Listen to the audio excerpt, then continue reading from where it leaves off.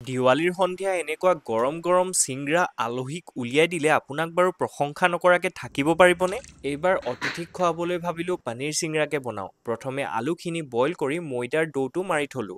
তাতে ব্যৱহাৰ কৰিছো আজৱাইন, ঘি আৰু নিমখ। এতিয়া আলুকেইটা পিটিকি লৈ এতিয়া অলপ তেলত ল' ফ্লেমত চিংৰা কেইটাৰ ষ্টাফিংখিনি ফ্লেভাৰফুল কৰিবলৈ ইউজ কৰিছো এভৰিডে মছলাৰ হালধি, ধনিয়া, গৰম মছলা আৰু জিৰা পাউডাৰ।